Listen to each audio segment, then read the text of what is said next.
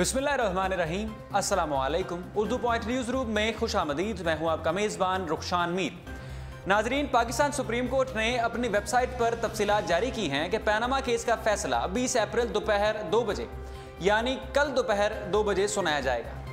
Panama का हंगामा 4 अप्रैल 2016 को मंजर-ए-आम पर आया जब international consortium for investigation journalism ने गुज़िश्ता साल 1 करोड़ 15 लाख खुफिया दस्तावेज़ात को अपनी वेबसाइट पर जारी किया। ये दस्तावेज़ात पैनामा की लॉ फर्म मोज़ैक फोनसेका की थी। इसके बाद जो मीडिया में पाकिस्तानी सियासत में जो खलबली मची उससे आप सब बाखबर हैं। इन दस्तावेज़ात में वज़ीर आज़म नवाज शरीफ और उनके ख़ानदान की ऑफशोर कंपनियां नेल्सन और नेस्कॉल का जिक्र शामिल था। 5 अप्रैल 2016 को वज़ीर आज़म ने अवाम से खिताब किया और जुडिशल कमीशन बनने का ऐलान किया। 22 अप्रैल 2016 को दोबारा अवाम से खिताब किया। उसके बाद 16 मई 2016 को वज़ीर आज़म ने पार्लियामेंट से खिताब किया और ये कहा कि उनके पास हर चीज़ का सबूत और दस्तावेज़ात और सवाहद मौजूद हैं। सुप्रीम कोर्ट में पाकिस्तान तहरीक इंसाफ के चेयरमैन इमरान खान, अवामी मुस्लिम लीग के सरबराह शेख रशीद अहमद और जमात इस्लामी के अमीर सिराजुल हक की तरफ से दरख्वास्तें जमा करवाई गईं और दरख्वास्तें आप सब जानते हैं कि वज़ीर आज़म के ख़ानदान वज़ीर आज़म नवाज शरीफ साहब के ख़िलाफ़ थी। सुप्रीम कोर्ट ने 3 नवंबर 2016 को मुफाद आमा यानी अवाम के मुफाद के तहत पैनामा केस को काबिल समाअत करार दिया। चीफ जस्टिस अनवर ज़हीर जमाली की सरबराही में 5 रुकनी बेंच तश्कील दिया गया और पहली समाअत 20 नवंबर 2016 को हुई। अदालत की तरफ से बहुत सारे कानूनी सवालात उठाए गए, जिनमें से चंद एक आपको बताते हैं। कोई 5 सवाल आपके सामने रखते हैं। सबसे पहला सवाल नंबर 1 ये था कि वज़ीर आज़म और उनके बच्चों ने लंदन फ्लैट्स कब खरीदे, कब और कैसे खरीदे। सवाल नंबर 2, इन फ्लैट्स का वज़ीर आज़म से क्या ताल्लुक़ है। सवाल नंबर 3, फ्लैट्स को खरीदने के लिए जो पैसा मुल्क से बाहर भेजा गया उनकी मनी ट्रेल पेश की जाए, जल्द अज जल्द मनी ट्रेल पेश की जाए। सवाल नंबर 4, अगर ये फ्लैट्स वज़ीर आज़म के नहीं तो वज़ीर आज़म के बच्चे उनमें 13 साल से कैसे रह रहे हैं। सवाल नंबर 5 कुछ ऐसा है कि ये फ्लैट्स 1992, 1999 या 2006 में ख़रीदे गए, इनके सबूत पेश किए जाएँ। वज़ीर आज़म ने यह कहा था कि सारे सबूत और शवाहद मौजूद हैं, तमाम दस्तावेज़ात मौजूद हैं, फिर वो पेश क्यों नहीं किए जा रहे। ये 6 सवालात थे जो सुप्रीम कोर्ट में वज़ीर आज़म पाकिस्तान मियां मोहम्मद नवाज शरीफ से पूछे गए पैनामा केस की समाअतों के दौरान। इन सवालात के जवाब में वज़ीर आज़म के बच्चों की तरफ से कतरी ख़त पेश किया गया और जिसका तमस्खर आप सब जानते हैं पाकिस्तानी कौम ने, अपोजिशन जमातों ने, ना सिर्फ पाकिस्तान में बल्कि जो ओवरसीज़ पाकिस्तानी हैं उन्होंने भी सोशल मीडिया का इस्तेमाल करते हुए कतरी ख़त का तमस्खर उड़ाया। अदालत ने सवालात किए कि सरमायाकारी कतर और जायदाद लंदन में कैसे ख़रीदी गई। क्या 2 मिलियन दिरहम ऊँटों पर लाद कर भेजे गए, ये उसका कतरी ख़त का सब रद्द-ए-अमल था। अगर ये रकम कानूनी तरीके से बाहर भेजी गई तो उसकी मनी ट्रेल पेश की जाए। ये सवालात थे, 6 सवालात। 9 दिसंबर 2016 को समाअत के दौरान चीफ जस्टिस अनवर ज़हीर जमाली की रिटायरमेंट की वजह से समाअत को मुलतवी कर दिया गया और 4 जनवरी 2017 को समाअत चीफ जस्टिस आसिफ सईद खोसा की सरबराही में असर-ए-नौ दोबारा से शुरू की गई।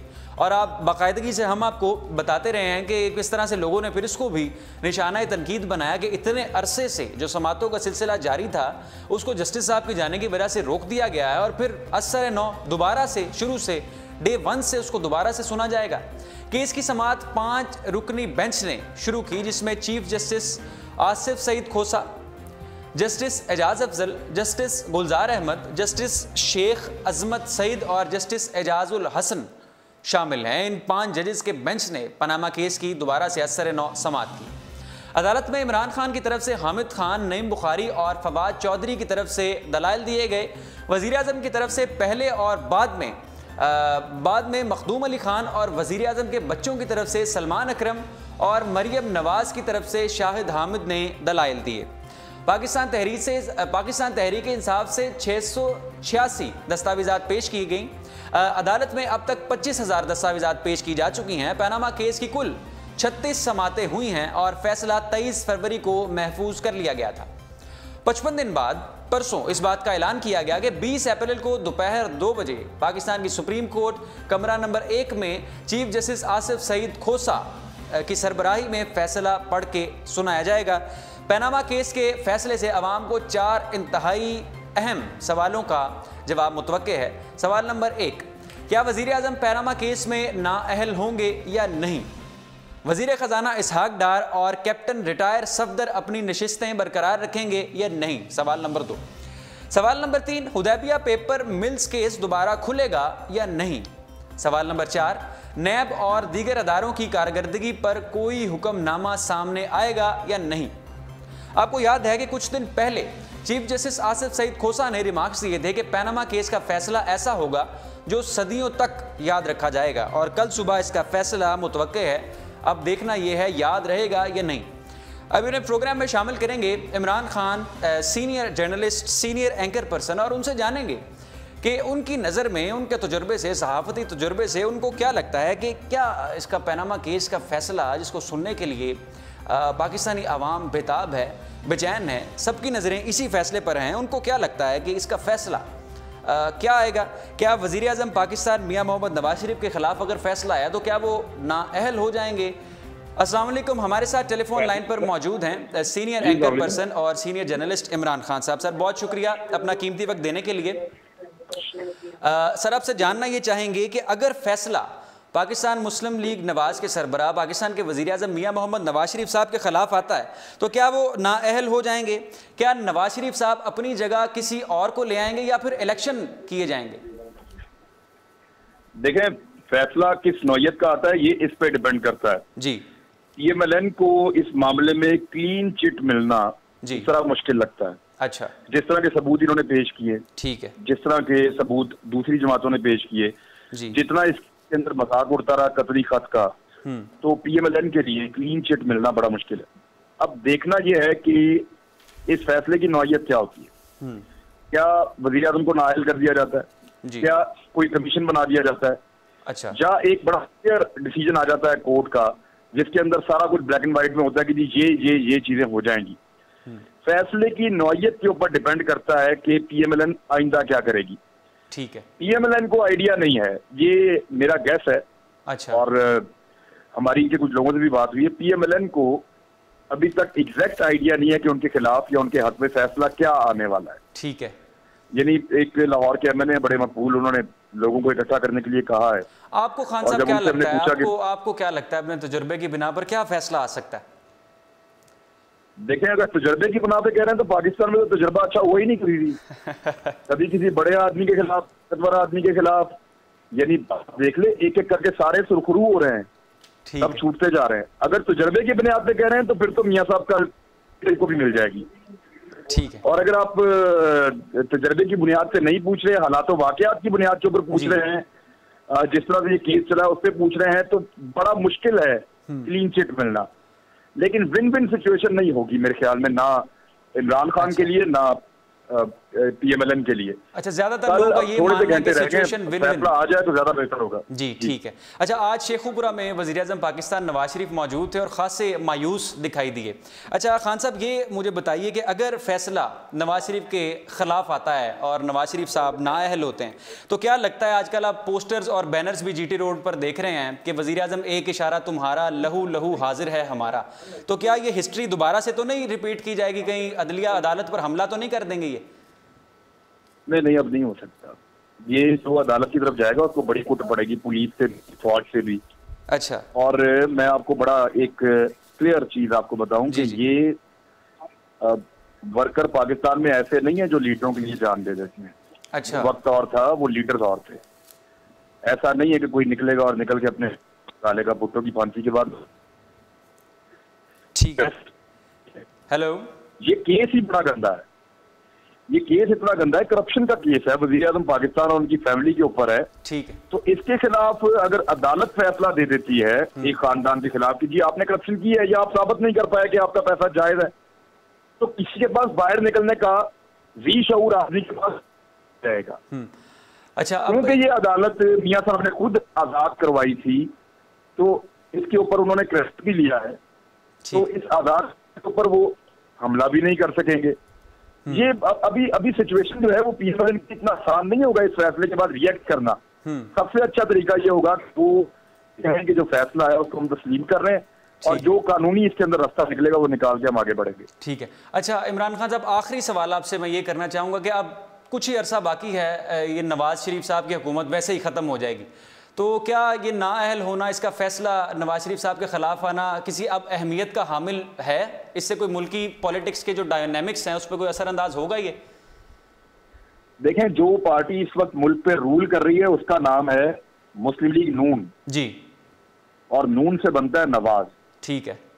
मुस्लिम लीग नवाज इस वक्त मुल्क को हुकूमत कर रही है। नवाज शरीफ साहब के नाम का पहला हिस्सा है नवाज, उनके नाम पे पार्टी बनी हुई है जी। अगर ये फैसला मियां मोहम्मद नवाज शरीफ साहब के खिलाफ आता है और मियां मोहम्मद नवाज शरीफ साहब को, मैं अगर की बात अभी कर रहा हूँ जी, अगर उनको अदालत ये कहती है जिसकी आप भी बात कर रहे हैं, अगर उनको अदालत ये कहती है कि वो गलत है इस फैसले में, उनके खिलाफ आता है, तो फिर मुस्लिम लीग नवाज कहाँ जाएगी? बिल्कुल फर्क तो पड़ेगा इससे, बिल्कुल ठीक ठाक फर्क पड़ेगा।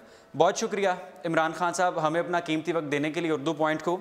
हमारे साथ मौजूद थे सीनियर एंकर पर्सन और सीनियर सहाफ़ी इमरान खान साहब। उनकी राय आपने जानी। उन्होंने कहा कि फ़र्क तो ज़रूर पड़ेगा अगर फैसला पाकिस्तान मुस्लिम लीग नवाज़ के सरबरा मियां मोहम्मद नवाज शरीफ साहब के ख़िलाफ़ आता है। अब पनामा केस की थोड़ी सी लीगल साइड भी देखते हैं। जानना ये भी बहुत ज़रूरी है कि अगर फ़ैसला नवाज शरीफ साहब के ख़िलाफ़ आया तो क्या सिर्फ वो नाअहल हो जाएंगे या कोई कानूनी चाराजोई भी की जाएगी? पाकिस्तान का आइन इस बारे में क्या कहता है कि अगर कोई वज़ीर आज़म इस तरह से रंगे हाथों पकड़ा जाए करप्शन के इल्ज़ामात में तो उसको कैसी सज़ा दी जाएगी?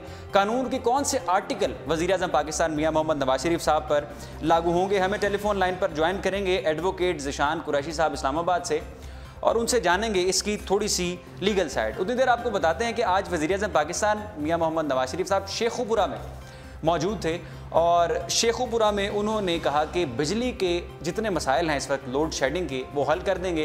कुछ मेगावाट्स वहाँ से आ जाएंगे, कुछ मेगावाट्स वहाँ से आ जाएंगे, कुछ मेगावाट्स हमारे पास वहाँ से आ जाएंगे और ये मसले जो हैं ख़त्म हो जाएंगे। आज खासा वो बौखलाहट का शिकार भी दिखाई दिए अपनी तकरीर के दौरान और उन्होंने ये भी कहा कि हम वो लीडर नहीं हैं जो कि करोड़ रुपए का काम लाखों रुपए में करते हैं, बल्कि उन्होंने गलती से अरबों रुपए कह दिया। हमारे साथ टेलीफोन लाइन पर मौजूद हैं एडवोकेट ज़िशान कुरैशी साहब। बहुत शुक्रिया ज़िशान साहब।